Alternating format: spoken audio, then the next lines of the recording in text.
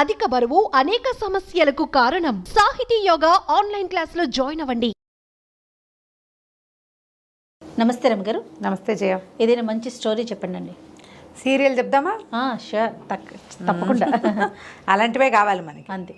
ఇది కథా సరిసాగరంలోది శ్రీదత్తుడి కథ. శ్రీదత్తుడు. ఇంతకుముందు శ్రీదర్శనుడి కథ ఒకటి చెప్పుకున్నాం మనం. ఈవిడు శ్రీదత్తుడు. ఓకే, బాగుంటుంది కథ. పూర్వం మాళవ దేశంలో యజ్ఞదత్తుడని ఒక బ్రాహ్మణ ఆయన ఉండేవాడట. ఆయన చాలా పూజలు చేసి ఇద్దరు మంచి చక్కటి కుమారులని అన్నాడు. పెద్దవాడి పేరు కాలనేమి, రెండోవాడు విగత భయుడు. బాగున్నాయి పేర్లు. అయితే వీళ్ళు చక్కగా బుద్ధిమంతులుగా చదువుకున్నారు. కానీ కొంత వయసు వచ్చాక తల్లిదండ్రి గతించారు. ఓహో. వీళ్ళు ఏం చేశారంటే తమ దేశం నుంచి కొంచెం వేరే ప్రాంతానికి వెళ్ళిపోయి పాటలీపుత్రం వెళ్ళారు.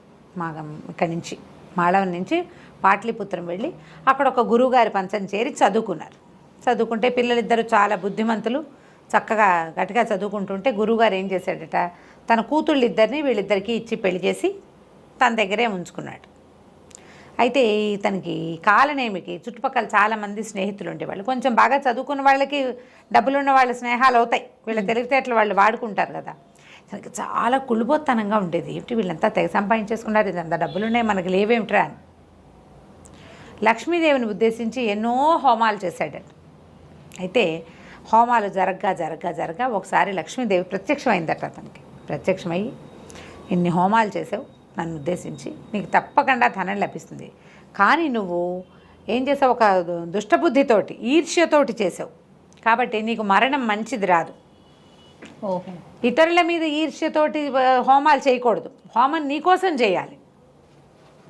నువ్వు ఈసుతోటి చేసావు కాబట్టి దొంగచావు వస్తుంది, నీకు సంపద మాత్రం వస్తుంది, కుమారులు కలుగుతారు, అన్నీ బాగుంటాయని చెప్పింది.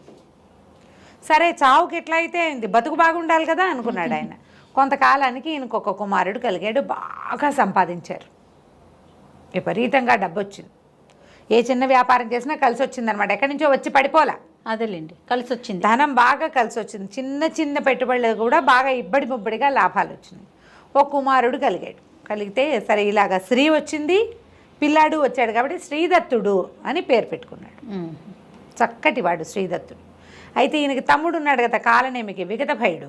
అక్క చెల్లినే పెళ్లి చేసుకున్నారు. ఈ విగత భయుడు భార్య కొంతకాలానికి పాము గరిచి చనిపోయిందట.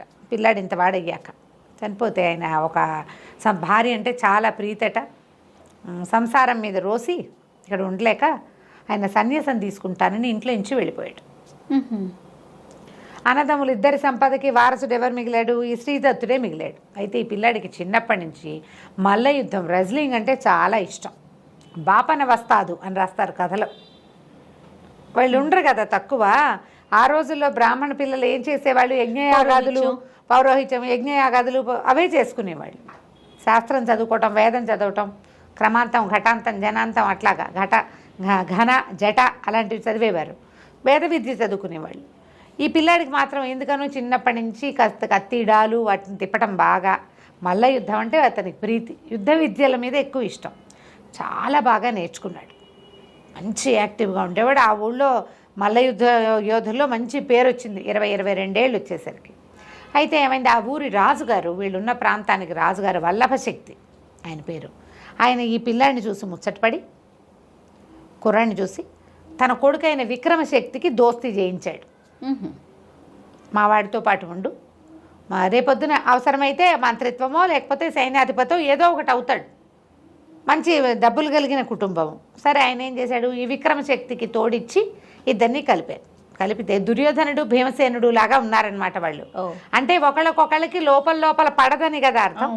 అయితే ఈ అబ్బాయికి ఏంటంటే పెద్ద రాజ్యము, ఆసక్తి అలాంటివి ఉన్నవాడు కాదు కదా. ఏదో తమ ఇల్లు వాగలే, తమ వ్యాపారం, తన సరదాలు. ఇప్పుడు వ్యాపారంలో డబ్బు వస్తూనే ఉంది, అబ్బాయి సరదా, ఈ జిమ్ సరదా తీరుతూనే ఉంది. ఈ ఊర్లో రకరకాల పోటీలు జరిగేవి. ఈ పోటీలకు వచ్చిన వీళ్ళు ఫ్రెండ్స్ అయిపోయేవాళ్ళు. బాహుపాశాలి, వజ్రముష్టి అని ఇద్దరు ఫ్రెండ్స్ ఇతనికి. వీళ్ళతో పాటుగా అక్కడి నుంచి ఇక్కడి నుంచి అవంతి దేశం నుంచి దాక్షిణాత్యులు చాలామంది ఈ పోటీలకు వచ్చినప్పుడల్లా అట్లా కుదిరి ఇతనికి ఏంటంటే మంచి సింహబలుడు, ఆ బలుడు, ఈ బలుడు, ఉపేంద్ర బలుడు, తర్వాత నిష్ఠురకుడు, ఇట్లా 5-6 ఫ్రెండ్స్ మొత్తం కలిపి ఒక 1/2 మంది ఇతన్ని ఎత్తుకు మోసేంత స్నేహితులుగా తయారయ్యారు. ఏదైనా ప్రోగ్రామ్ అంటే అందరు కలిసిపోయి చెరువుగట్ల మీద గంగానది తీరంలో అక్కడ ఇక్కడ ఆటలు ఆడుకునేవాళ్ళు, పోటీలు పెట్టుకునేవాళ్ళు. ఇవన్నీ ఏమిటి గేమ్స్, ఈ సరదాలు ఉంటాయి కదా.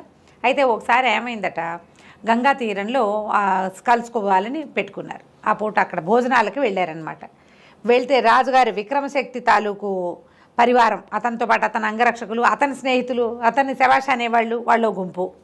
అక్కడి నుంచి మన శ్రీదత్తుడు ఈయన తాలూకు ఈ బాహుశాలి వీళ్ళంతా ఉన్నారు కదా, నిష్ఠురొక్కడు గ్రూపు, వీళ్ళంతా ఓ గ్రూపు, 2 గ్రూపులు వెళ్ళారు. వెళ్ళేసరికల్లా అక్కడ ఏమైంది, ఆ ఆటలాడే క్రమంలో రాజు సైన్యాధిపతులు అట్లా ఒక చిన్న ఆటలాగా ఆడారు. ఈ ఆడేటప్పుడు వీళ్ళంతా ఏం చేశారు, మనలో వీడే కింగు అని చెప్పి శ్రీదత్తుడిని రాజుని చేసి తామంతా అతని సామంతులుగా ఆడారు. విక్రమశక్తి ఎలాగూ యువరాజు, అతని తాలూకు పరివారం అంతా అతన్ని రాజుని చేసుకున్నారు. ఇద్దరు రాజులు మాట్లాడుకోవటము, ఇద్దరు రాజులు యుద్ధం చేయటము, ఇలాంటి వ్యవహారం ఆడారు. ఆట వరకు చేస్తే ఈ విక్రమశక్తి కొళ్ళు మండిపోయింది. వీళ్ళిద్దరూ కలిసి ఫైట్ చేసేటప్పుడు రెండో వాడు రాజు కాదు, ఒక బ్రాహ్మణ అబ్బాయి. ఆ అబ్బాయి తగ్గాలి. వాడు వల్ల యుద్ధం చేయటమే ప్రాక్టీస్ ఉన్నవాడు. వాడు ఎందుకు తగ్గుతాడు? వాడు తగ్గపోయేసరికి ఇతనికి ఒళ్ళు మండిపోయింది. వీడు నన్ను మించిపోయేలాగా ఉన్నాడు, వీడిని ఎలాగైనా అణిచేయాలని అనిపించింది. స్నేహితులు కొందరు కూడా దానికి తగ్గట్టుగా, ఏంటి నువ్వు రాజకుమారుడివి, నువ్వు యువరాజువి, రేపొద్దున రాజు అవబోతావు, వీడేమవుతాడు, బ్రాహ్మణ అబ్బాయి, వీడు అయ్యేదేమిటి, మంత్రి అవుతాడు, పురోహితుడు అవుతాడు, అంతేగాని రాజు అవడు కదా, నువ్వేమో రాకుమారుడివి, వీడితో నీకు పోటీ ఏమిటని, వీడు నీకు ఏ రకంగా సాటొస్తాడని ఇవన్నీ కొంచెం ఎక్కదీశారు ఈ విక్రమశక్తిని. వీడంతు చూద్దామని ఉంది ఆయనకి. అబ్బాయి ఇద్దరు దగ్గర వయసు వాళ్ళు 22, 23 సంవత్సరాల వాళ్ళు. సరే ఏమైంది, విక్రమశక్తి ఆట చాలించుకుని పరివారంతో వెళ్ళిపోయాడు. స్నేహితులంతా వీళ్ళు గంగా నదిలో ఈతలు కొట్టడానికి అక్కడే వెళ్ళిపోయారు. ఇంతలో ఏమైంది, దూరంగా గంగలో ఎవరో ఒక అమ్మాయి తేలుతూ కనపడుతోంది.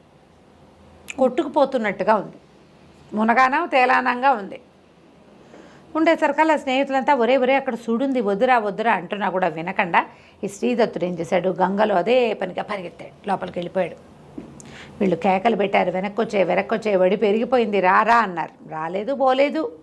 అక్కడ చుట్టుపక్కల చేరిన బెస్తవాళ్ళు వాళ్ళు ఉంటారు, బాబు అక్కడ అన్నీ సుడిగుండాలండి, ఆ అమ్మాయి అందులో పడిపోతుంది, ఈ అయ్యగారు కూడా వెళ్ళిపోయాడని వాళ్ళు గోల్ పెట్టారు, లబో దిబోమన్నారు ఫ్రెండ్స్. వీళ్ళకి అతను ఆచూకీ దొరకలే. గంగలో దొరికినంత మేర ఇదేరు చూశారు, అమ్మాయి కానీ ఇతను కానీ దొరుకుతారేమో, వీరు దొరకలేదు. ఈ నీళ్ళల్లో మునిగిన వాడు అక్కడ దాకా వెళ్తే ఏమైంది, ఆ అమ్మాయి జడ పుచ్చుకున్నాడు. జడ దొరికింది. ఆ జడ గట్టిగా పుచ్చుకున్నాడు, కానీ ఆ అమ్మాయిని ఆపలేకపోయాడు. ఎక్కడికో దిగిపోయినట్టుగా అయిపోయింది. ఆ గంగలో మునిగిన వాడికి ఒక శివాలయం కనపడింది కింద. ఎక్కడో వెళ్ళిపోయాడు అనమాట లోపలికి. అక్కడ నీళ్లు లేవు, ఒక శివాలయం ఉంది. ఏ అమ్మాయినైతే జడ పుచ్చుకుని తను బతికించాడో ఆ అమ్మాయి కనపడలే, మాయమైపోయింది అది. ఇతను ఏం చేయాలో తెలియదు. చుట్టూతో అంతా తోట ప్రాంగణం చాలా విశాలంగా చాలా బాగుంది. అదంతా తిరగటం మొదలుపెట్టాడు. ఇక్కడి నుంచి మళ్ళీ గంగలోకి ఎలా వెళ్ళాలో తెలియలే. మన ఇల్లు వాకిలి కాదు, ఇది మన లోకం కాదు. పోనీ ఏ అమ్మాయి వెంబడబడి తను వచ్చాడో ఆ అమ్మాయి అసలు కనపడలేదు. ఇక ఏం చేస్తాడు, తిరుగుతున్నాడు, అటు ఇటు తిరుగుతూ ఉన్నాడు. ఏవో పళ్ళు గిళ్ళు కనపడ్డాయి, అవి కోసుకుని తిన్నాడు. ఒక బావి లాంటిది ఏదో ఉంది, నీళ్ళు చేదుకుని తాగాడు. తిరుగుతుంటే ఈ లోపల గల్లుమని గజ్జల చప్పుడు వినపడతాం. ఒక అమ్మాయి చెలికత్తెలతో కలిసి శివాలయంలోకి వచ్చింది. ఓహో, దూరంగా నిలబడి చూస్తున్నాడు. వీళ్ళు దేవకాంతలలో ఉన్నారు, మనుషుల్లాగా కనిపించట్లా. శివార్చన చేసి వెళ్ళిపోయారు. ఇతన్ని పట్టించుకోలే వాళ్ళు. సరే ఇతను ఏం చేశాడు, వాళ్ళ వెనకాల పడి వెళ్ళాడు. వెళ్తే ఒక పెద్ద రాజాంతఃపురం లాంటి అంతఃపురం. ఆ లోపలికి వెళ్తే ఈ అమ్మాయి ఏ అమ్మాయినైతే తను రక్షించాడో, ఆ పూజ చేసిన అమ్మాయి ఇట్లా పెద్ద పీఠం మీద కూర్చుంది. చుట్టూతా ఇంచుమించు 1000 మంది ఆడపిల్లలు ఉన్నారు. అంతా ఆడమలయాడమే, మగ పురుగు కూడా లేదు అక్కడ. అక్కడి నుంచి తను అమ్మాయి కేసి చూస్తున్నాడు. అమ్మాయిని తను రక్షించింది, మిగిలిన వాళ్ళు ఎవరో కూడా తెలీదు. అమ్మాయిని అయితే చూశాడు తను. ఆ అమ్మాయి ఏడవటం మొదలుపెట్టింది, ఏడుస్తుంటే తనకు అర్థం కాలేదు, ఎందుకు ఏడుస్తుందో తెలీదు. ఏదో రక్షిద్దామని చేశాడు తను, అంతకంటే చేసింది ఏమీ లేదు కదా. అక్కడి నుంచి ఎందుకమ్మా ఏడుస్తావు అంటే, ఏడవకి ఏం చేయం, మేము చాలా కష్టంలో ఉన్నాం, మేము మహాబలి మనవరాళ్ళం, బలిచక్రవర్తి మనవరాళ్ళం. మా తాతని విష్ణువు పాతాళానికి తొక్కేశాడు, మా నాన్నని విష్ణువే బాహుబాహు యుద్ధంలో ఓడించాడు. మాకేమో మమ్మల్ని మేము ఏం చేయాలో తెలియని దుస్థితిలో ఉన్నాము. అయితే ఈ నగరాన్ని మా విష్ణువు కైవసం చేసుకుని ఒక సింహాన్ని దీనికి కాపలా పెట్టాడు. మమ్మల్ని ఆ నగరంలోకి వెళ్ళనివ్వదు ఆ సింహం. మేము లోపలికి వెళ్ళడానికి వీల్లేదు, ఎప్పుడూ మేము ఆ గంగానదిలో పడి ఏడవాల్సిందే. నగరం బయట ఉన్న అంతఃపురం ఇది, ఉద్యానవనం, ఇందులో ఉంటున్నాము. నగరం లోపలికి వెళ్ళాలి. వెళ్తే మా తాతది అది, మా తాత పాలించే నగరం. మేము అక్కడ హాయిగా ఉండగలుగుతాం, మా సొంత ప్లేసు. ఆ ప్లేస్ని తప్పించుకుని మేము ఇక్కడ ఉండిపోవాల్సి వచ్చింది. ఎవరైనా సరే ఆ సింహాన్ని ఎదిరించే వాళ్ళు కావాలి మాకు, ఎవరు ఎదిరిస్తారు అని దుఃఖిస్తున్నాను అనేసరికి అబ్బాయి మంచి వస్తుంది కదా, వీడు ఎదిరించడం అనగానే వీడికి ఉత్సాహం వస్తుంది. నేను ఎదిరిస్తాను, నేను ప్రయత్నం చేస్తానంటే ఏం చెప్పిందంటే మానవుడి చేతిలో మరణం ఉందని చెప్పాడు విష్ణు ఆ సింహానికి. ఎవరైతే ఆ మానవుడు ఇతను ఎదిరిస్తాడో వాళ్ళ వల్ల అతను సంహరింపబడితే మాకు అతనికి శాప విమోచన అవుతుంది, మాకు నగర ప్రవేశం దొరుకుతుంది. ఇలాగని అమ్మ ఏం చేస్తుంది, ప్రతిసారి ఆ గంగానదిలో కనపడి ఎవడో ఒక పిచ్చి వెధవని తీసుకొస్తుంది. ఓహో, వాళ్ళ తెలివి అనమాట.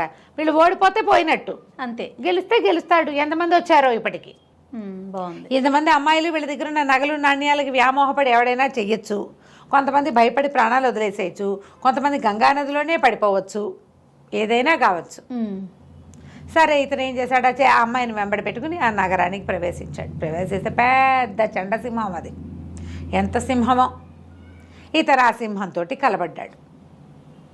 ఇద్దరు కలిసి చాలా యుద్ధం చేశారు. ఆ అమ్మాయి ఏం చెప్పిందంటే, నువ్వు కనుక ఈ సింహంతో యుద్ధం చేస్తే మృగాంకం అనే ఒక కత్తి దొరుకుతుంది ఆ సింహం వల్ల. అది నువ్వు ప్రపంచంలో ఎక్కడికి వెళ్ళినా అది నీకు జయాన్నే ఇస్తుంది అని చెప్పింది. సరే, కత్తి ఏదో కూడా లభిస్తుంది, ఇప్పుడు ఎలాగో వచ్చాం కదా, అదేదో చేద్దాము. పైగా ఏంటంటే ఇలాంటి ఛాలెంజెస్ మీద ఆసక్తి ఉన్నవాడు, స్పోర్ట్స్ పర్సనాలిటీ కదా అబ్బాయి పాపం. దాంతో వెళ్ళి ఈ సింహంతో బాగా హోరాహోరీ యుద్ధం చేశాడు. సింహం కాస్త మరణించింది. మరణిస్తే ఒక దివ్య స్వరూపుడు వచ్చాడు, యక్షుడట అతను. ఆ యక్షుడికి విష్ణువుని ఏదో అవజ్ఞగా ప్రవర్తిస్తే, ఎక్కువ కాదు చిన్నదే, నువ్వు ఇక్కడ కాపలా ఉండు, మనిషి చేతిలో మరణం సంభవించినప్పుడే నువ్వు యక్షలోకానికి వెళ్ళగలవు అని భగవంతుడు ఇతనికి ఇచ్చాడు శాపం, అనుజ్ఞ కూడా. అందుకని అప్పటి నుంచి ఇక్కడ ఎవరొస్తే వాళ్ళని తినేస్తూ కాలక్షేపం చేస్తోంది ఆ సింహం. సరే, ఒక కత్తిని తీసిచ్చాడు, మృగాంకము దాని పేరు. ఆ కత్తిని చేతిలో పెట్టాడు. సరే, ఆ కత్తి పుచ్చుకుని ఈ కన్యాంతఃపురంలోకి వీళ్ళంతా నగరంలోకి బెల్లాడితే 1000 మంది ప్రవేశించారు, సంతోషంగా ఉన్నారు. హాయిగా 10 రోజులు వారం రోజులు అక్కడే తిరిగాడు శ్రీదత్తుడు. మెల్లిగా ఇతనికి ఏమనిపించింది, ఇక మనం భూలోకంలోకి వెళ్ళేది ఏముంది, ఇక్కడే ఉన్నాం, ఈ అమ్మాయిని పెళ్లి చేసుకోవటమో దీన్ని ప్రేమించడమో చేస్తే బాగుంటుంది అనిపించింది. అయితే ఆ అమ్మాయి ఏమంది, వీడి ఆసక్తిని కనిపెట్టి వేలుకు ఒక ఉంగరం పెట్టింది. ఇదేంటంటే విషహారం, ఎలాంటి విషమైనా సరే ఈ ఉంగరాన్ని చూపిస్తే పోతుంది. ఓహో, ఇది నీకు నా బహుమతి, అలాగే మంత్రం వివాహానికి ఏముంది, తప్పకుండా చేసుకుందాము. ఇక్కడ ఒక బావి ఉంది, ఆ బావిలో స్నానం చేద్దు, కానీ నీ కత్తి పుచ్చుకో, ఉంగరం పెట్టుకో, కత్తితోటి స్నానం చేస్తే అద్భుతమైన ఫలితం లభిస్తుందని నూతిలోకి దింపేసరికల్లా ఇతను నీటిలో బుడుంగుమని మునిగితే ఎక్కడ తేలాడంటే ఆ నీళ్ళల్లో తేల్లా. గంగానదిలో ఈ అమ్మాయిని చూసి ఎప్పుడైతే నీళ్ళల్లో దిగాడో, ఎక్కడ మునిగాడో అక్కడ తేలాడు. ఓహో, ఆ అమ్మాయితో వీడితోటి పని చేయించుకుంది అంతే. వీడిని వివాహం చేసుకుని ప్రేమించే ఉద్దేశం ఆవిడకి లేదు. కానీ తమకు చేసిన సహాయానికి ఈ విషహారమైన ఉంగరాన్ని ఇచ్చింది అతనికి. కత్తి అతను సంపాదించుకున్నదే, అతని కత్తి అతనికి ఇచ్చే పంపించేసింది. అక్కడ తేలేసరికల్లా ఈదుకుని బయటకు వచ్చాడు. గంగలోంచి బయటికి ఈదుకుంటూ వచ్చేసరికల్లా నిష్ఠురకుడు అతని స్నేహితుడు కనిపించాడు. అతని ఇంటికి నడిచి వెళ్తూ ఉంటే మన వాళ్ళంతా ఎట్లా ఉన్నారు ఏమిటి అని అడిగేసరికల్లా నిష్ఠురకుడు అన్నాడు, చాలా ప్రమాదం జరిగిపోయింది, మేము అప్పటి నుంచి వెతుకుతున్నాం, నువ్వు ఎట్లా కనపడతావు, ఏమవుతావు, ఏమయ్యావా అని మేము చాలా వెతికాం, ఏం చేయాలో తెలియని పరిస్థితిలో వెతుక్కుని మేము ఇంటికి వెళ్ళేసరికల్లా, ఇంటికి బయలుదేరాం. ఉండిపోయారు వీళ్ళు ఇక్కడ 3-4 రోజుల పాటు ఇక్కడే వెతుక్కుంటూ. అదేలే, మేము వెనక్కి వెళ్ళేసరికల్లా ఒకడు ఊళ్ళో నుంచి ఒకడు పరిగెత్తుకుంటూ వస్తున్నాడు. ఒకడు మనకు తెలిసిన వాడు ఏం చెప్పాడు, ఊళ్ళోకి వెళ్ళబోకండి, వల్లభశక్తి మరణించాడు, రాజు మరణించాడు నిన్న మొన్నట్లలో. మరణించంగానే విక్రమశక్తిని రాజుని చేశారు. అతనేమో ఇతని కోసమని, ఈ అబ్బాయి కోసం, శ్రీదత్తుడి కోసం ప్రయత్నం చేశాడు. తండ్రి శ్రీదత్తుడు ఇంట్లో లేడని చెప్పేసరికల్లా శ్రీదత్తుని దాచి ఇలా అబద్ధాలు చెప్తున్నారని ఆయనని కాలనేమిని శ్రీదత్తుడి తండ్రిని కొరతేయించాడు, దొంగ మాటలు చెప్పాడని.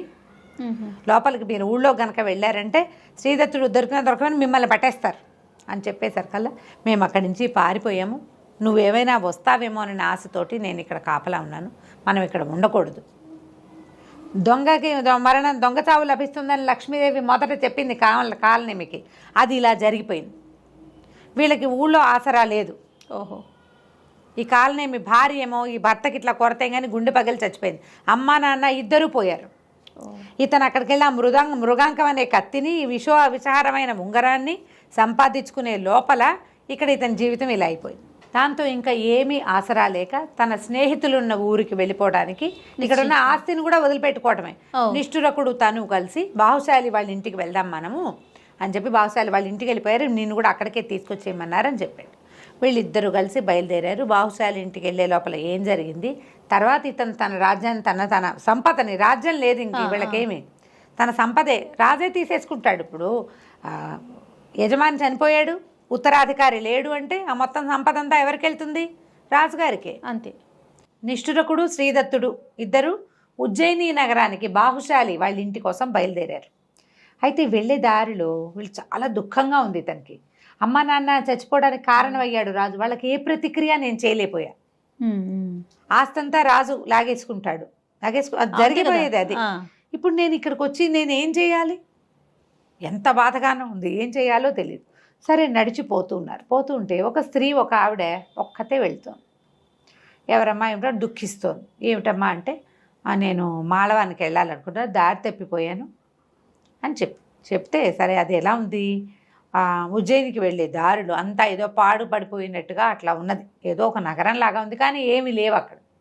ఈ స్త్రీని ఏమన్నాడు, పోనీనేమో మేము ఉజ్జయిని వెళ్తున్నాము, మాతో పాటు రా, ఈ రాత్రికి మేము ఒక పాత ఇల్లులాగా ఏదో ఇక్కడ పడుకుంటాము, మాతో పాటు నువ్వు కూడా అక్కడ పడుకో, రేపు ఉదయం లేచి అటువైపుకి వెళ్ళే దారి ఆ వైపు వెళ్ళే వాళ్ళు ఎవరైనా కనబడితే వాళ్ళతో వెళ్దు కానీ చీకటి పడిపోయింది కదా అన్నాడు. ఈ స్త్రీ కూడా ఆవిడ ఏదో ప్రౌఢ, ఒక 35-40 సంవత్సరాల దాకా కనపడుతున్నాయి. వీళ్ళు ఇద్దరు నిష్ఠురకుడు శ్రీదత్తుడు ఇద్దరు ఆహారం ఏదో తీసుకున్నారు, ఆవిడ కూడా ఏదో పెట్టారు, లోపల పోయి పడుకున్నారు. పడుకునేసరికల్లా ఈ 3:30-3:30 అట్లా అయ్యేసరికి శ్రీదత్తుడికి వాళ్ళ అమ్మ నాన్న కల్లోకి వస్తున్నారు. బాగా అలసిపోయాడు, పడుకోగానే నిద్ర పట్టింది. కానీ నాన్నో అమ్మో కల్లోకి వచ్చి మెలకు వచ్చింది. మెలకు వచ్చేసరికల్లా అదంతా చుట్టుపక్కల ఏదో విచిత్రమైన వాసన వస్తున్నట్టు. అటు ఇటు చూసేసరికల్లా ఆ స్త్రీ ఎవరైతే ఉందో ఆ అమ్మాయి ఆ నిష్ఠురకుడిని తింటోంది. ఒక రాక్షసి స్వరూపంలాగా ఉంది. దగ్గరికి వెళ్ళి దూరం నుంచి చూస్తే ఆ అమ్మాయి అనుకున్నాడు. దగ్గరికి వెళ్ళి చూస్తే ఏముంది, రాక్షసి తినేస్తుంది, నిష్ఠురకుడిని చంపేసింది. అక్కడి నుంచి ఇతను కంగారు పడ్డాడు. ఏం చేయాలి? అప్పుడు అతనికి మృగాంకం కత్తి ఉంది కదా, ఆ కత్తి పుచ్చుకుని ఆవిడ మీద కలిపడ్డాడు. కలిపడితే మళ్ళీ విదిలించేసుకొని మళ్ళీ నిష్ఠురకుడి మీద పడిపోతుంది. పడిపోతుంటే ఏం చేశాడు, వెనక నుంచి ఇట్లా సీగ పట్టుకుని మెడ నరకబోయాడు. నరకబోయేసరికి ఎప్పుడైతే ఈ సీగ పట్టుకున్నాడో జుట్టు పట్టుకోగానే వెంటనే పెద్ద మోతొచ్చి ఆ రాక్షసి మాయమైపోయి ఒక అప్సరస ప్రత్యక్షమైంది. నేను అప్సరసని అయినా అప్సరసని నన్ను చంపద్దు, నాకు ఒక శాపం ఉంది. కౌశికుడనే మహామునికి చాలా తపస్సు చేసుకుంటుంటే నన్ను ఆయన్ని మోహింపజేయడానికి పంపించారు. నేను ఎంత అందంగా నాట్యం చేసి, ఎంత బాగా పాడి, ఎంత బాగా వీణ వాయించినా ఆయన నాకేసి చూడలేదు. తపస్సు భగ్నం చేయాలి, అది మా పని. అందుకని నేను ఈ అందాల రూపాన్ని వదిలిపెట్టేసి రాక్షసి రూపం ధరించి ఆయన్ని భయపెట్టడానికి పెద్ద పెద్దగా కేకలు పెట్టాను. ఆయన అది చూసి కళ్ళు తెరిచి, నువ్వు రాక్షసి వైపో, ఈ రూపంతో నన్ను బెదిరిస్తావా, మిరుచుకు తిను కనపడ్డ వాళ్ళందరినీ, ఎవడైనా మానవుడు నీ సిగబడితే కానీ నీకు సరి రూపం రాదన్నాడు. అప్పటి నుంచి నేను ఇక్కడే ఉండి ఈ నగరంలో ఉన్న జనాలందరినీ తిన్నాను. నేను అదంతా నగరం ఉన్నవాళ్ళందరూ తినేసింది, అది ఉన్నాను. ఎవడైనా నా సిగబట్టే మానవుడు వస్తాడేమో అని చూస్తూ నువ్వు నా సిగబట్టుకోవటం వల్లే నాకు విముక్తి వచ్చింది అని చెప్పి నీకేం కావాలో కోరుకోండి, నాకేం కావాలమ్మా, నిష్ఠురకుడిని బతికించు, వాడు ఒకడే నాకు ఇప్పుడున్న దిక్కు అంటే నిష్ఠురకుడిని బతికించింది. ఆ బతికిన నిష్ఠురకుడిని తీసుకుని ఇతను మెల్లిగా ఉజ్జయిని నగరానికి వెళ్ళిపోయాడు. తెల్లవారేసరికల్లా ఉజ్జయినికి బయలుదేరారు. నడుచుకుంటూ పోయి ఆ బాహుశాలి వాళ్ళ ఇంటికి చేరారు. బాహుశాలి ఇంట్లోనే ఇతని తాలూకు స్నేహితులు మిగిలిన వజ్రముష్టి, ఉపేంద్రనాథుడు వీళ్ళంతా అక్కడే ఉన్నారు. స్నేహితులంతా ఉన్నారు. ఇక వాళ్ళతో పాటు ఉండిపోయారు. బాహుశాలి వాళ్ళ నాన్న అని బాగా చక్కగా చూసుకున్నారు. అయితే ఆ కాలంలో ఉజ్జయిని నగరానికి శ్రీబింబకుడు అనే ఒక రాజు ఉండేవాడు. శ్రీబింబకి ఆయన పేరు, బింబకి. ఆ రాజుగారికి మృగాంకవతి అని ఒక మహాసౌందర్యవతి అయిన కూతురు ఉందట. వీళ్ళు సరదాగా కాలక్షేపం చేస్తున్నారు. ఇక్కడ వీళ్ళకి ఉద్యోగాలు సద్యోగాలు ఏం లేవు. అక్కడ ఉన్న జిమ్ ఒకటి ఉంది, వాళ్ళకి నేటివ్ జిమ్స్ ఉండేవి అప్పట్లో, వ్యాయామశాలలు, వాటికి తిరుగుతూ ఉండేవాళ్ళు. అయితే ఒకసారి ఏమైంది, వసంతోత్సవం ఏదో జరిగింది. వసంతోత్సవంలో రాజకుమార్తెని కనపడింది ఇతనికి. కనపడితే ఇతని మనసు ఆమె ఎందు లగ్నం అయిపోయింది. అంతకుముందు ఇతను విద్యుత్ ప్రభను చూశాడు. ఎక్కడ ఆ సముద్రంలో దొరికింది కదా ఒక ఆవిడ, అవును, బలిచక్రవర్తి మనవరాలు విద్యుత్ ప్రభ ఆవిడ పేరు. విద్యుత్ ప్రభ మీద కొద్ది రోజులు గడిపాక మనసు వచ్చింది ఇతనికి, ఇక్కడే ఉన్నాను కదా ఈమెను చేసుకుందామని. కానీ ఈ మలయ మృగాంకవతిని మాత్రం చూడగానే ఇతని మనసు దోచుకుంది అమ్మాయి. ఒక మూడ్ ఆఫ్గా ఉండిపోయాడు. సాయంకాలం ఏమన్నారు స్నేహితులు, ఏరా అయ్యా ఇలా అయిపోయావు, నువ్వు డల్గా ఉన్నావు, పద ఆవిడ ఉద్యానవనంలో ఉంటుంది రాజకుమార్తె, చూద్దాం అక్కడికి వెళ్దాం. కుర్రాళ్ళు అట్లా చేస్తారు కదా, ఆ అమ్మాయి అక్కడ ఉంది, బీటేద్దామని తీసుకుపోయారు. తీరా వీళ్ళు అక్కడికి ఉద్యానవనానికి వెళ్ళేసరికల్లా వీళ్ళకి ఒక స్నేహితురాలు కూడా ఒక అమ్మాయి కనిపిస్తుంది, విభావకి అనేటువంటి ఒక చెలికత్తె కూడా ఉంది. ఈ అమ్మాయి ఆ చెలికత్తె బాలు ఆడుకుంటున్నారు, ఉన్నట్టుండి కేకలు పెట్టారు ఆడవాళ్ళంతా. రాజకుమార్తెని పాము గరిచిందని కేకలు పెట్టారు. అది కన్యాంతఃపురం, అదే కాదు ఏమన్నా దాన్ని అంతఃపురం అనకూడదు, కన్యోద్యానం అనమాట. ఆడపిల్లలు మాత్రమే ఉంటారు, వాళ్ళ కాపలా కూడా మగవాళ్ళు ఉండరు. ఈ వీళ్ళు తృతీయ ప్రకృతులు, కంచుకి అనే ఒక క్యారెక్టర్ కనపడుతుంది. ఆ కంచుకి కాపలా ఉంటాడు, సైన్యం అంతా బయటే ఉంటుంది, వీళ్ళు ఎవ్వరూ మగవాళ్ళు లోపలికి వెళ్ళరు. ఆ పెద్ద పెద్ద కేకలు పెట్టారు ఆడవాళ్ళంతా, రాకుమార్తెని పాము గరిచిందంటే కంచుకి హైరాన్ పడుతూ బయటికి పరిగెత్తుకొచ్చాడు. రాకుమార్తెని పాము గరిచింది, ఎవరినైనా వైద్యగాళ్ళని పిలుచుకురండి, వైద్యుల్ని పాముల వాళ్ళని కేకేసుకురండి అని పెద్ద పెద్దగా గోలుగా అరుచుకుంటూ వచ్చాడు. వచ్చేసరికల్లా సరే ఇతను చెప్పాడు, నా దగ్గర ఉన్న ఉంగరము విషహారం అని చెప్పింది విద్యుత్ ప్రభ. ఏం చెప్పింది, విషం పోతుంది అని చెప్పింది కదా. అక్కడి నుంచి బాహుశాలి వీళ్ళు కేకలు పెట్టారు, మా దగ్గర ఒక స్నేహితుడు ఉన్నాడు, మా దగ్గర ఉంగరం ఉంది, అతనికి మంత్రం కూడా తెలుసు, ఎలాంటి విషయాన్నైనా ఆ పాము ఈ మంత్రం పనిచేసేస్తుంది, ఉంగరం పనిచేస్తుందని కేకలు పెడితే ఈ కంచు గెంజిసాడు రా నాయన అని చేతులు గుచ్చుకొని లోపల తీసుకెళ్ళాడు. ఆ పావు గరిచి పడిపోయి నురగలు కక్కుతున్న రాకుమార్తెకి ఆ ఉంగరాన్ని తగిలిచ్చేసరికల్లా విషం హరించిపోయి రాకుమార్తె లేచికూర్చుంది. వెంటనే నిమిషంలో ఏం అవలా, సమయం పట్టింది కానీ జరిగిపోయింది. ఓకే, అందరూ కేరింతలు కొట్టారు, బతికేసింది ఇంకేమిటన్నారు. అంతా వెతికి పావును చంపేశారు. చంపి తగలబెట్టేసి రాకుమార్తెని అంతఃపురానికి తరలించారు.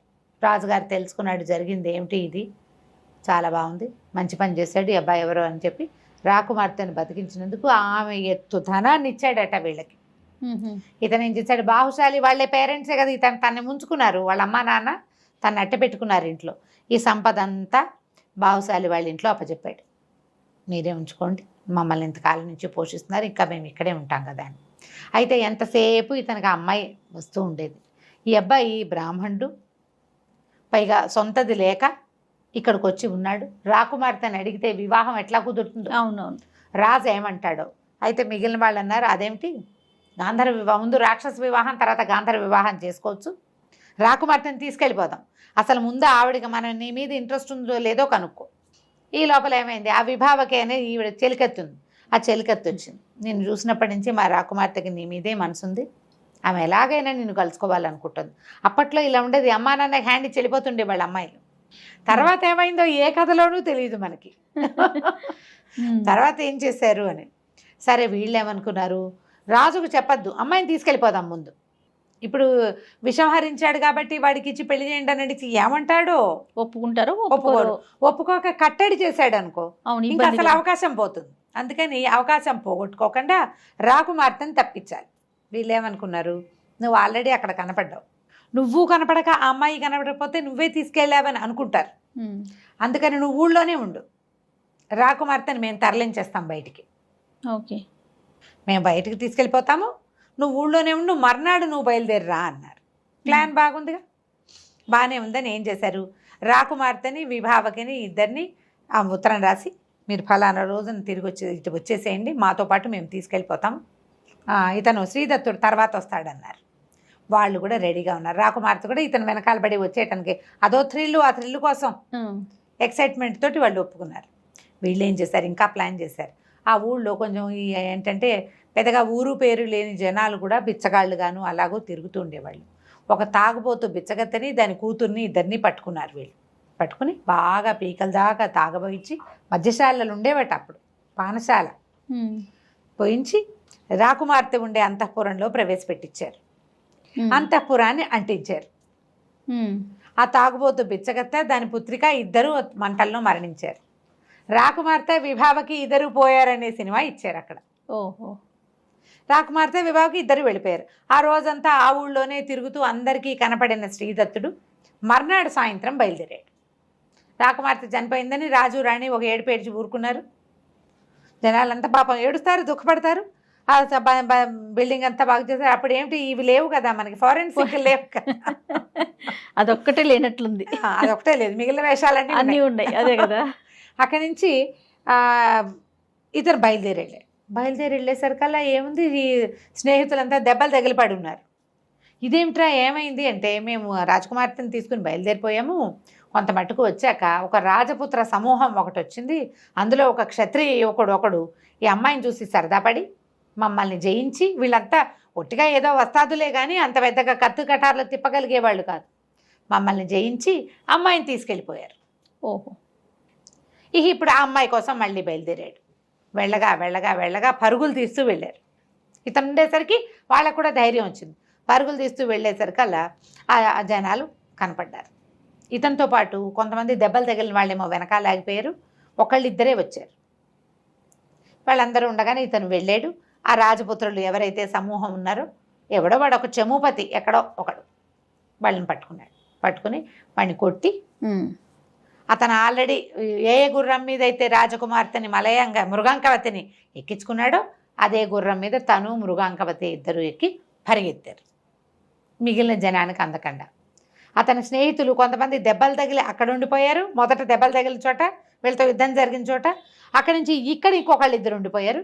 ఇతను మాత్రం ఈ మృగాంకవతిని ఎక్కించుకుని ముందుకెళ్ళిపోయాడు. ఆ గుర్రం కూడా బాగా బెదిరి ఇదిగా ఉంది, పరిగెత్తాక ఎక్కడో ఓ చోట ఈ అమ్మాయి నాకు నోరెండిపోతుంది, దాహం వేస్తుందంటే, సరే ఆగు మంచినీళ్ళు తీసుకొస్తానన్నాడు. ఈ లోపల ఇట్లా గుర్రం దిగేసరికి ఆ గుర్రం ఢామని పడిపోయింది. అది ఎక్కడి నుంచి తిరిగి వస్తుందో, ఈ యుద్ధంలో దానికి 2-3 కత్తిగాట్లు తగిలేసినాయి. ఏదో తిక్కగా పరిగెత్తింది, అది కాస్త మరణించింది. వీళ్ళు ముందుకు వచ్చేసారు. స్నేహితులు లేరు, తిండి తిప్పలేవు, వీళ్ళకి ఏమీ లేవు. వాళ్ళు ఏం చేయాలో తెలియని స్థితిలో మంచినీళ్ళు తెస్తాను ఉండు అని చెప్పి వెళ్ళాడు. తిరిగి వచ్చాడా? మృగాంకవతి శ్రీదత్తుడు వింధ్యారణ్యంలో ఒక మధ్యలోకి చేరారు. గుర్రం కాస్త చచ్చిపోయింది. అమ్మాయి మంచినీళ్ళు కావాలంటోంది. సరే దాహం వేస్తుంది కదా, అదే ఉండు ఇక్కడే, ఆ చచ్చిపోయిన గుర్రం గుర్తుగా ఉంది. అమ్మాయి నువ్వు చెట్టు కింద కూర్చోబెట్టాడు. మంచినీళ్ళు తెస్తానని వెళ్ళాడు. ఇంతలో సూర్యాస్తమయం అవుతూ ఉండగా ఇది జరిగింది. ఈయన నీళ్ళకి ముందుకు వెళ్ళేసరికల్లా సూర్యుడు వాలిపోయాడు. అడవుల్లో ఏమిటంటే సూర్యుడు కొంచెం కుంగాడంటే చటుక్కుని చీకటి పడిపోతుంది. అప్పటిదాకా ఏంటో వెలుగున్నట్టే ఉంటుంది, ఒక్క దెబ్బకి మొత్తం చీకటి. ఈయనకి మంచినీళ్ళు అయితే దొరికాయి కానీ దారి దొరకల. ఆ మృగాంకవతి ఎక్కడుందో వెతికి తిరిగి ఎట్లాగో తెల్లవారుజాముకి తన గుర్రం చచ్చిపడి ఉన్న చోటికి వచ్చాడు. తెల్లవారుజాము అంటే 3:30-4 అయ్యేసరికి వెలుగు రావడం మొదలు పెడుతోంది. చచ్చిపడిన గుర్రం అక్కడే ఉంది, మృగాంకవతి లేదు. ఈ అమ్మాయి కోసం అటు ఇటు వెతకడం మొదలుపెట్టాడు. చెట్టు ఎక్కి చూద్దాం అనుకున్నాడు. ఈ అమ్మాయి కోసం వెతికి హైరాణలో తన దగ్గర కత్తి ఉంది కదా, మృగాంకము, దాన్ని కింద పెట్టేశాడు. కత్తి కింద పెట్టేశాడు. చెట్టు ఎక్కాడు. చెట్టు ఎక్కేసరికల్లా ఏమైంది, ఒక బోయేవాడు కనిపించాడు. ఆయన ఒట్టి బోయేవాడుగా కాకుండా ఏదో కింగ్లీ ఫీలింగులతో ఉన్నాడు, కొంచెం ఇదిగా ఉన్నాడు. నగ అది డిఫరెంట్గా ఉంది, అతను పెట్టుకున్న తలపాగా కూడా డిఫరెంట్గా ఉంది. ఎవరు ఏమిటని కేకేశాడు. అతను దుఃఖంతో దిగొచ్చి, నా భార్య ఇక్కడే ఉండాలి.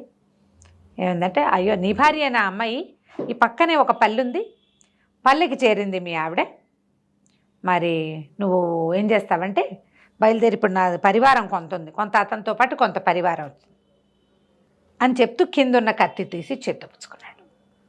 కత్తి తను తీసుకుని, నువ్వు వెళ్ళు, నీ కత్తి నా దగ్గర ఉండీలే, నేను ఉంచుకుంటాను, దుఃఖంతో ఉన్నావు, కత్తే మోస్తావు అవును కదా పాపం, అంచేత కొంత పరివారంతో కలిసి మా బోయపల్లెకి వెళ్ళిపో, అక్కడ ఉండు, నేను వస్తాను, మీ భార్య కూడా అక్కడే ఉందని చెప్పాడు.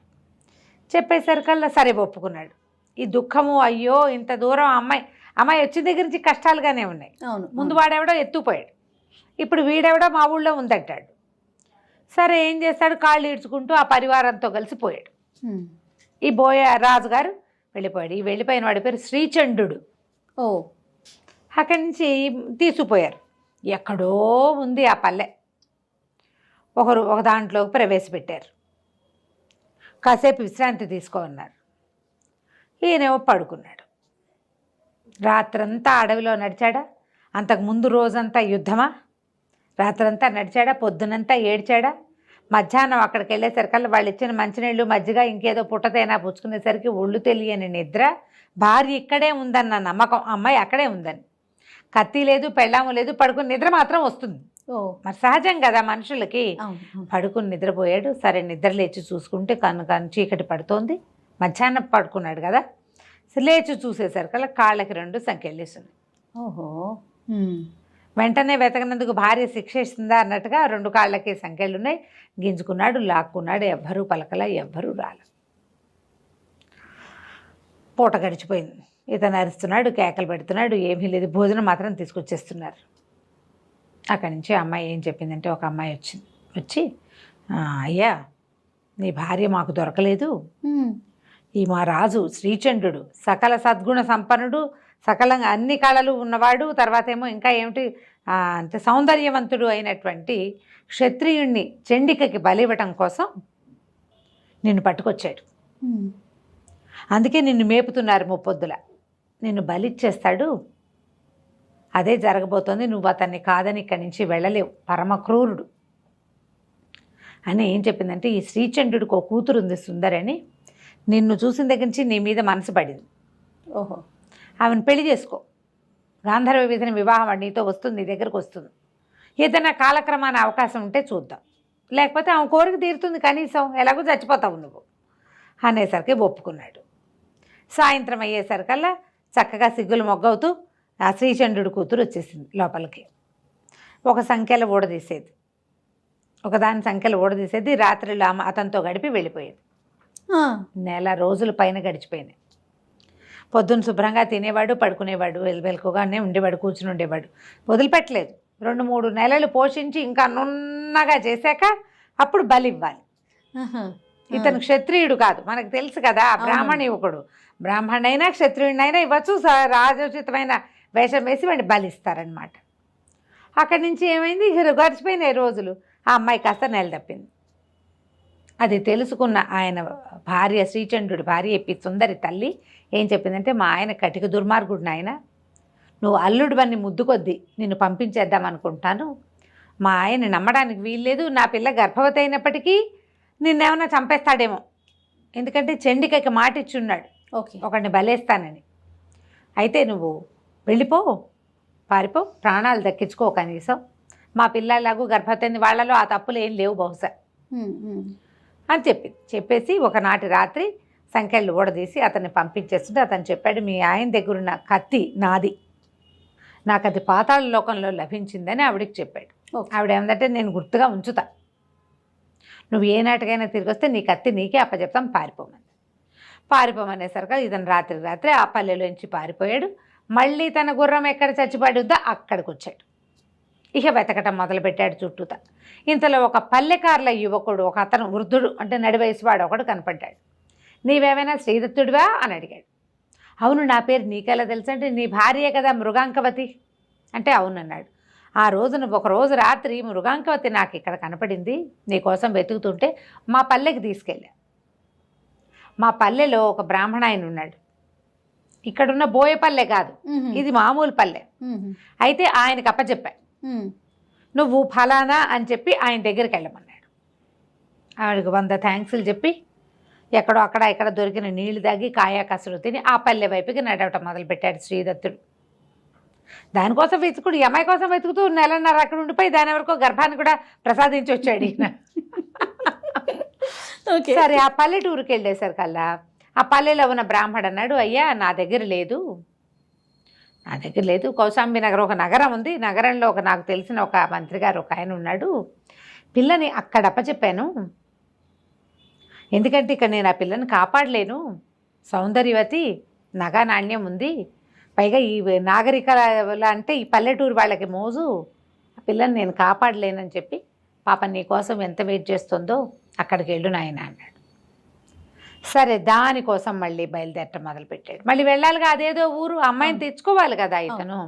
దారి లేదు, ఇతనికి వేరే దారి లేదు పాపం. ఇక చచ్చినట్టు అక్కడి నుంచి బయలుదేరాడు. అతను చెప్పిన నగరం ఏమిటంటే మధురా నగరం. మధురలో రాజుగారికి మంత్రిగాను ఉపాధ్యాయుడుగాను ఉన్నటువంటి ఒక ఆయనకి అప్పచెప్పాను అన్నాడు. సరే ఈ రాత్రి ఇక్కడే ఉండు నాయన మా దగ్గర, పడుకో, రేపు పొద్దునే మరి విశ్రాంతి కావద్దు, ఇదంతా నడక కదా. అవును. సరే రాత్రికి అక్కడ ఉండిపోయాడు. వాళ్ళ ఇంటో ఏదో తిని పడుకున్నాడు. మర్నాడు పొద్దున బయలుదేరాడు. ఇక నడవగా నడవగా నడవగా నడవగా రోజులు గడిచాక మొత్తానికి మధురాపురం చేరాడు. ఆ మధుర ఊరికి బయటనే ఒక పెద్ద దిగుడు బావి ఉంది, బాగా నిర్మలమైన జలం. సరే ఇతను ఏమంటున్నాడు, హాయిగా స్నానం చేద్దామని ఆ జలానికి దాంట్లోకి దిగాడు, దిగుడు బావిలోకి. అప్పట్లో ఎలా ఉండేవి, పెద్ద పెద్ద బావులు, లోపలికి ఇట్లా మెట్లుండి తాగడానికి వీలు, లోపల చక్కగా అంటే స్నానం చేసిన నీళ్లు విడిగా వచ్చేసేటట్టు అట్లా ఏర్పాట్లు కూడా ఉండేవట అప్పుడు. కిందకి వెళ్ళి అందులో దిగి స్నానం చేశాడు, కాస్త దాహం తీర్చుకున్నాడు, నీళ్ళు పోసుకున్నాడు. అక్కడి నుంచి ఏం చేశాడు, పైకి వచ్చి కాస్త విశ్రాంతిగా కూర్చున్నాడు. కూర్చునేసరికల్లా అక్కడ ఒక ఉత్తరీయం ఒకటి కనపడింది. దానికి ఒక నగ కట్టి ఉంది. ఇతను బట్టలు తడిసిపోయినాయి కదా, ఆ ఉత్తరీయం కొత్తగా ఉండేసరికల్లా ఆ బట్ట తీసుకుని ఒళ్ళు తుడుచుకుని ఆ ఉత్తరీయాన్ని భుజాన్ని వేసుకుని వచ్చాడు. ఆ నగను చూడలేదా? ఆ నగ మీద దృష్టి లేదు అతనికి. దానికి ఏదో ఒక నగ మాత్రం కట్టి ఉంది. ఎవరిదో మనకేం తెలుస్తుంది? అది దొంగ వస్తువో దొర వస్తువో చూస్తే తెలియదు కదా, ఎవరికైనా పట్టుబడ్డప్పుడు తెలుస్తుంది. ఎప్పుడైతే ఇతను ఊళ్ళోకి ప్రవేశించాడో, ఇతను ఉత్తరీయాన్ని కొసన వేళ్లాడుతున్న ఆ వస్తువు చూడంగానే ఈ రోడ్డు మీద అక్కడక్కడ ఉన్న వ్యాపారస్తులు వాళ్ళు ఇదిగో ఇదే నగ, రాజుగారి నగ అని చెప్పుకోవటం మొదలెట్టారు. ఒక ఎవడో పోలీస్ స్టేషన్కి అదే సైనికాధికారికి కబురు చేశాడు. వాడు కాస్త చూసి పట్టేశారు. దొంగతనం జరిగింది, వాటిలలో ఒక నగ వీడి దగ్గర ఉందంటే దొంగల్లో వీడు కూడా ఒకడనమాట. అంతే కదా. ఏదో పరాకును భుజం మీద వేసుకున్నాడు. నువ్వు ఎక్కడి నుంచి సంపాదించే వాళ్ళ ప్రశ్నలు వేసేవాళ్ళు కదా, నగ దొరికిందంటే ఇక పట్టేయటమే. దొంగే. అక్కడి నుంచి ఈయనకి ఊరేశారు, అదే శిక్ష వేశారు, మరణశిక్ష. మధ్యస్థానానికి తీసుకుపోవటం మొదలుపెట్టారు. అయితే ఈ మంత్రి గారింట్లో నువ్వు ఉన్నటువంటి అమ్మాయి మృగాంకవతి బయట వాకిలి వరండాలో సందడిగా ఉంటే చూడ్డానికి వచ్చి నుంచోటం ఏమిటి, కనపడేసరికల్లా ఏముంది, వెళ్తున్న వాడిని చూసేసరికల్లా పోమని ఏడుచుకుంటూ లోపలికి పరిగెత్తింది. ఆ మంత్రి గారికి చెప్పింది, నా భర్తే అతన్నే తీసుకెళ్తున్నారు, ఆయనకేం కర్మ, ఏదైనా దొంగతనం చేయాల్సిన కర్మ ఏమీ లేదు అని కేకలు పెట్టి ఏడ్చింది. ఏడవగానే మంత్రి గారు బయటకు వచ్చాడు. మధ్యస్థానానికి తీసుకుపోతున్న వాడి శిక్షను ఆపిచ్చాడు. రాజు కబురు చేశాడు, వీడెవడో దారి తప్పి ఉన్నవాడు, నా దగ్గరున్న పిల్ల కోసమే వచ్చాడు, ఇతను ఇది కాదు అని. సరే అక్కడి నుంచి అతన్ని శిక్ష తప్పించారు. ఎక్కడిది ఈ వస్తువు ఏమిటని విచారణ చేశారు. ఫలానా దిగుడు బావి దగ్గర ఉంది, ఈ ఒక వస్తువు ఉత్తరీయాన్ని కట్టుంటే బట్టలు తడిసి ఉన్నాను నేను, నా దగ్గర మారు వస్త్రం లేదు, నా బట్టలు ఆరేసుకోవడం కోసం ఈ ఉత్తరీయాన్ని కట్టుకున్నాను, తర్వాత దాన్నే నేను భుజాన్ని వేసుకుని వచ్చాను. మరి ఇప్పుడు పొడి బట్ట కట్టుకున్నారు, తడి బట్టలు పిండి ఆరేస్తారు, ఆ బట్టలు ఆరేదాకా అక్కడ కూర్చున్నారు, ఆ బట్ట కట్టుకున్నాడు, ఈ ఉత్తరీయాన్ని వదిలేయకుండా తెచ్చేశాడు. అది జరిగింది. సరే అతన్ని విడిపించి తన ఇంటికి తీసుకెళ్ళాడు. ఈ పిల్ల నా దగ్గర ఉందని చెప్పటానికి పంపించి మా దగ్గరికి రమ్మన్నాడు. ఆ ఇంటికి వెళ్ళేసరికల్లా ఈ శ్రీదత్తుడు గుర్తుపట్టాడు. ఈ మంత్రి ఎవరు, ఇతని బాబాయ్. ఓహో. మొట్టమొదటి కథ మొదటి భాగంలో పావు గరిచింది భార్యకి విగత భయుడు. అతను ఎక్కడెక్కడెక్కడికో మారి ఇక్కడ చేరాడు. అయ్యో నా పింతండ్రి అనేసరికల్లా ఆయన కూడా పిల్లాన్ని గుర్తుపట్టాడు. ఒకళ్ళనొకళ్ళు కావలించుకున్నారు, మృగాంకవతిని కావలించుకున్నాడు, ఒకళ్ళకొకళ్ళు దొరికారు, బాబాయ్ కూడా దొరికాడు. దాంతో అక్కడ కొద్ది కాలం ఆగారు. శ్రీదత్తుడి బాబాయే కనిపించాడు, విగత భయుడు. ఆ విగత భయుడే ఈ అమ్మాయికి ఆశ్రయం ఇచ్చిన మంత్రి. ఎవరికి, మన మృగాంకవతికి. మృగాంకవతిని ఆ ఊర్లో నుంచి బ్రాహ్మణాయని తెచ్చి ఒక చోట పెట్టారన్నాడు కదా, అది ఈ బాబాయ్ అనమాట. ఆయనేమో సరే ఒకళ్ళనొకళ్ళు చూసి చాలా సంతోషించారు. తర్వాత ఇతను తనకు ఎట్లాగా నగరం నుంచి బయటికి వెళ్ళిపోవాల్సి వచ్చిందో, తన తండ్రికి ఎలాంటి దుర్భరమైన మరణం వచ్చిందో చెప్పుకుని దుఃఖించాడు. విగత భయుడు, నాయన నువ్వు బాధపడకరా నాయన, మీ నాన్న లక్ష్మీదేవిని సాధించినట్టుగానే నేను ఒక యక్షిణిని సాధించాను, యక్ష విద్య. ఆ యక్షిణి నాకు 5,000 గుర్రాలు 5 కోట్ల దినారాల ధనము ఇచ్చింది. అదంతా నీదే, నాకేమైనా సంసారమా పిల్లలా, నా దగ్గర ఉంది, అదంతా నువ్వే తీసుకుందు కానీ సంతోషంగా ఉందు కానీ మనం ఏదైనా చేద్దామన్నాడు. సరే ఇతను అప్పుడు వీళ్ళకి ఇచ్చి పెళ్లి చేశాడు. వీళ్ళిద్దరూ కలిసి వచ్చారు కానీ వివాహం చేసుకోవాలి. సరే అక్కడ పెళ్లి చేసుకున్నారు. కొంతకాలం అలా ప్రశాంతంగా ఉన్నారు. ఉన్న తర్వాత ఇతనికి ఏమనిపించిందంటే, ఇలా ఎక్కడో ఎందుకు ఉండాలి, అని మొదట నగరం నుంచి తను పారిపోవాల్సి వచ్చింది. తన తండ్రి మరణానికి ప్రతిక్రియ చేయాలని ఉంది. ఓ ప్రతిక్రియ చేయాలంటే సరే మన ఊరు వెళ్దామనుకున్నారు. వెళ్దామంటే ఈయన ఏం చెప్పాడంటే విగతభయుడు, అతను పనిచేసేటువంటి మధురానగరపు రాజు సూరసేనుడికి ఒక కూతురు రాజకుమార్తె, ఇలా చాలా సౌందర్యవతి. నేను అమ్మాయిని కూడా మనతో పాటు బయలుదేరి తీస్తా, నువ్వు ఆ పిల్లని తీసుకెళ్ళిపో. మనం వివాహానికి ప్రపోజ్ చేస్తే బ్రాహ్మడికి ఇవ్వకపోవచ్చు, కానీ గాంధర్వ విధిని వివాహం ఆడారంటే రాజు ఒప్పుకుంటాడు. నేను మా అన్నయ్య కొడుకున్నాడు ఇవ్వండి అని అడగలేను. అప్పట్లో విధానం అట్లా ఉండేది. చూడండి, పిల్లని ఇప్పుడు పెద్దవాడు ఓ పిల్లని తీసుకుని లేచక్కపో అని తమ అన్నయ్య కొడుక్కి చెప్తున్నాడు. అది తప్పు కదా కదా. కానీ ఆ కాలానికి అది కరెక్ట్. అమ్మాయే అతన్ని వరించిందనుకో రాజు కాదనడు. కానీ వివాహం ప్రపోజల్ తక్కువ దీంట్లో నుంచి అంటే వేరే తక్కువ అనుకోండి, ఎక్కువ తక్కువ కాదు, వేరే కమ్యూనిటీ నుంచి వస్తే కుదరదు. అమ్మాయి స్వతంత్రించినా అమ్మాయే వెళ్ళిపోయినా పనికొస్తుంది. ఓహో బాగుందండి. సరే అక్కడి నుంచి ఏం చేశారు, భార్య భర్త వీళ్ళిద్దరూ మళ్ళీ మృగాంకవతిని తీసుకుని మన శ్రీదత్తుడు విగతభయుడు తమ దగ్గర ఏర్పడినటువంటి సైన్యం ఉందిగా, 5,000 గుర్రాలు ఇచ్చిందని చెప్పాడు కదా, ఈ గుర్రాల మీద రౌతులు అన్నీ ఏర్పరచుకుని సూరసేన మహారాజు గారి భార్య కూతుర్ని కూడా బయలుదేరి తీశాక ఏమైంది, ఆ అమ్మాయిని దారి తప్పించాలని అనుకున్నారు. ఆవిడ ఇంకో చోటకి వెళ్తుంది, ఏదో దేవాలయాన్ని కానీ బయలుదేరి తీసి వీళ్ళతో కలిపేసుకున్నారు. కొంత దూరం వెళ్ళేసరికల్లా సైన్యం ఓవైపు వీళ్ళు ఇంకోవైపు ఆ అమ్మాయిని కలుసుకోవడానికి ఇతను అటు వెళ్ళాడు. అదే సైన్యం నడుస్తోంది దాని దారినది ఎక్కడికి, వీళ్ళ కౌశాంబి వీళ్ళ మొదటి నగరం కోసం, ఉజ్జయిని కాదు వీళ్ళది సొంత నగరం ఏదో ఉంది కదా, ధారానగరమో ఏదో, అక్కడికి వెళ్ళిపోతున్నారు. ఇతను ఏం చేశాడు, భార్యతో సహా ఇటు పక్కకి కొంత దండుతోటి కొద్దిపాటి సైన్యంతో రాజకుమార్తెను కలుసుకోవటానికి పక్క దారి పెట్టాడు. కొంత దూరం వెళ్ళేసరికల్లా శబరులు పట్టేశారు వీళ్ళని, బోయేవాళ్ళు, శబర జాతి బోయ జాతి కోయేవాళ్ళు చాలామంది ఉంటారు కదా, పట్టేశారు. దొంగల్లాగా పడిపోయారు మీద, చేతికి అందిన వాళ్ళని చంపేశారు. సహాయం కోసం కొంతమంది తమ పూర్వ సైన్యం పక్కకి వెళ్ళిపోయిందిగా అటు పరిగెత్తేశారు. రాజకుమార్తె ఏమైందో తెలీదు, భార్య ఏమైందో తెలీదు, ఇతన్ని మాత్రం పట్టేసి ఒక మహాచండి ఆలయానికి షిఫ్ట్ చేశారు. చండికాలయంలో పెట్టారు. అక్కడ ఒక గంట మోగుతుంటే మృత్యుగంటలాగా ఉందిట, పెద్ద చండికా విగ్రహం, చాలా పెద్దది, ఎంత పెద్దదో భయం వేసేలాగా, అది ఎట్లా ఉందంటే మృత్యుగృహంలాగా ఉంది. ఆ చండికాలయంలో తీసుకుపోయి కట్టేసేసరికల్లా ఏమైంది, సాయంకాలం అయ్యేసరికల్లా ఒక కోయ అమ్మాయి సంటి పిల్లాడిని ఎత్తుకుని వచ్చింది లోపలికి. ఈ కట్టేసి ఉన్నవాడు చూసి అని తెల్లబోయింది, నువ్వెలా వచ్చావు ఇక్కడికి అని. కట్టేయబడ్డవాడు శ్రీదత్తుడు వచ్చింది. ఇంతకుముందు శ్రీచంద్రుడి కూతురు ఉంది కదా సుందరి, ప్రెగ్నెంట్ అయింది ఆ అమ్మాయి, పిల్లాడిని ఎత్తుకొచ్చి ఓకే చూసేసరికల్లా తెల్లబోయింది. ఇదేమిటి, నేను ఎవరు కట్టేశారు, ఎలా వచ్చావు నువ్వంటే, నేను ఇట్లా వెళ్తూ వచ్చాను, వీళ్ళు నన్ను కట్టేశారంటే ఆ అమ్మాయి వెంటనే తమ సైన్యాన్ని పిలిచింది. ఇది మన అల్లుడేరా నాయన, ఈయనే మన నాయకుడు అని చెప్పి ఆ కట్లు ఊడదించి భర్తను వెంబడి పెట్టుకుని బోయగూడానికి తీసుకుపోయింది. శ్రీచంద్రుడు మరణించాడు. ఏదో జంతువుతో యుద్ధంలో పళ్ళఘాట్లు పడి క్రమంగా కృషించి మరణించాడు. అతనికి ఒక్కతే కూతురు, ఆ ఒక్క కూతురు ఈ సుందరికి పట్టాభిషేకం చేశారు. ఆ బోయ సైన్యానికి అధికారిని అమ్మాయే. అమ్మాయి మొగుడు ఏమవుతాడు, ఆటోమేటిక్గా బోయ సైన్యానికి అధికారి అవుతాడు. అక్కడి నుంచి అమ్మాయి ఏం చేసింది, లోపల నుంచి అతని కత్తి తీసుకొచ్చి ఇచ్చింది. తండ్రి దగ్గర ఉండిపోయిన కత్తి ఇతంది కదా మృగాంకం, కత్తి తీసుకొచ్చి ఇచ్చి, నువ్వు వెళ్ళి నీ రాజ్యాన్ని జయించుకునిరా, నేను ఇక్కడ నా సైన్యానికి ఇంకొక దారి లేదు, పిల్లవాడు పెద్దవాడు అయ్యాక నేను ఇక్కడే ఉండాలి, పిల్లాడు కొంచెం పెద్దవాడు అయ్యాక వాడికి ఈ సైన్యాన్ని అప్పచెప్పి, అంటే ఈ బోయపల్లిని అప్పచెప్పి నీ దగ్గరకు వస్తాను, ఇంకో వివాహం చేసుకోను నేనని చెప్తూ. ఇతనే భర్తగా అమ్మాయి ఉందన్నమాట. ఆ కాలంలో ఇలా ఉండేవాళ్ళు. ఇప్పుడు ఇందాకటి కాలం మనం ఏం చెప్పుకున్నాం, లేచకపోమని చెప్పటం, అది తప్పు. కానీ చూడు, కొద్ది రోజులు గడిపి రాజులు వెళ్ళిపోతే మరణించేదాకా వాళ్లే భర్తలుగా ఉండే జాతి.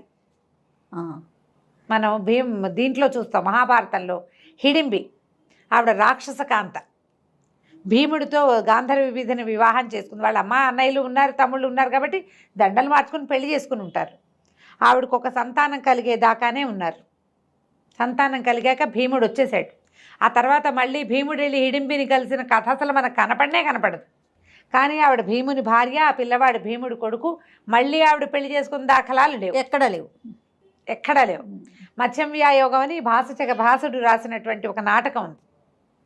ఆ భాసనాటక చక్రంలో, భాసనాటక చక్రం చాలా అద్భుతమైన బోల్డ్ అని రకరకాల నాటకాలు ఉన్నాయి.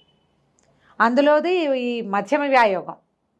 అందులో భీముడు వెళ్ళి ఘటోత్కచుడిని హిడింబిని కలిశాడన్న ఒక కథ, నాటకీయమైన ఒక కథ రాశారు. అలాంటి కథల్లో తప్ప మహాభారతం మెయిన్ థింగ్లో అసలు వీళ్ళు వాళ్ళు కలిసిందే లేదు. అతను మాత్రం తన తండ్రి తన బాబాయిలు యుద్ధం చేస్తుంటే వాళ్ళకి సహాయం చేయడానికి వచ్చి మరణించాడు ఘటోత్కచుడు. మరి మన ఘటోత్కచుడు కుమారుడు కూడా వచ్చాడు తన తాతల్ని హెల్ప్ చేయడం కోసం. చూడు ఇది ఎట్లా ఉంది. అవును అవును. మన అర్జునుడు వెళ్ళి నాగకన్య ఉలూచిని వివాహం చేసుకున్నాడని, ఇంకెవరినో వివాహం చేసుకున్నాడని, బభ్రువాహనుడు పుట్టాడని, వాళ్ళు కూడా వీళ్ళకి భార్యలుగా అలాగే ఉండిపోయారు. మళ్ళీ పెళ్ళిళ్ళు అవి లేవు. మన కాశీ మజిలీ కథల్లో కూడా అంతే. కొద్ది కాలమే వాళ్ళు గడిపినా ఇంకా అతనే నా భర్త అని ఉండేవాళ్ళు. స్త్రీలు అలా ఉండేవాళ్ళు ఉండే కాలం అది. సరే, అక్కడి నుంచి ఇతను ఏం చేశాడు, తన మృగంకాన్ని పట్టుకుని సూరసేన మహారాజు కూతుర్ని కూడా వివాహం చేసుకుని భార్యలిద్దరితో కలిసి రాజ్యానికి బయలుదేరాడు. ఇతని ఫ్రెండ్స్ నిష్ఠురకుడు, బాహుశాలి వాళ్ళందరికీ అప్పుడు దెబ్బలు తగిలినాయి. ఇది ఎప్పటి సంగతి? సంవత్సరం క్రితం, ఏడాది పైన అయిపోయింది కదా. మృగాంకవతిని తీసుకొచ్చేటప్పుడు జరిగిన యుద్ధాల్లో వాళ్ళందరికీ దెబ్బలు తగిలినాయి. అందరూ దెబ్బలు తగ్గించుకుని ఉన్నారు, ఇతను ఎప్పటికైనా కనపడతాడేమోనని. ఎప్పుడైతే ఇతని దగ్గర నుంచి కబురు వచ్చిందో వాళ్ళంతా కూడా తలా ఒక పక్క నుంచి బయలుదేరి వచ్చారు. కబురు రావడంతో ముందు బాటలు వాళ్ళు అట్లా పాసాన్ చేసుకుంటూ వెళ్ళారు. వెళ్ళేసరికల్లా అక్కడి నుంచి ఏం చేశారు, విక్రమశక్తి ఎవరు, ఈ మన ఇతని తండ్రిని సంహరించినటువంటి రాజుగారి కుమారుడు, ప్రస్తుతం రాజుగా ఉన్నవాడు, అతని మీదకి యుద్ధానికి వెళ్ళి తన పాత మావగారు అంటే మృగాంకవతి తండ్రి అయిన శ్రీబింబకి, ఆ రాజుకి కబురు చేశాడు. మీ అమ్మాయి సేఫ్గా నా దగ్గర ఉంది, నేను వివాహం చేసుకున్నా, వీళ్ళ మీద యుద్ధానికి వెళ్ళబోతున్నాను, ఇలా విగత భయుడు మా బాబాయ్ అని మొత్తం ఉత్తరం రాయించాడు. వాళ్ళు కొంత సైన్యాన్ని పంపించారు తమ అల్లుడికి హెల్ప్గా. రాజకుమార్తె ఇతను వివాహం చేసుకుందని తెలియంగానే మళ్ళీ మధురా నగరానికి రాజైనటువంటి సూరసేనుడి దగ్గర నుంచి కూడా కొంత సైన్యం వచ్చింది.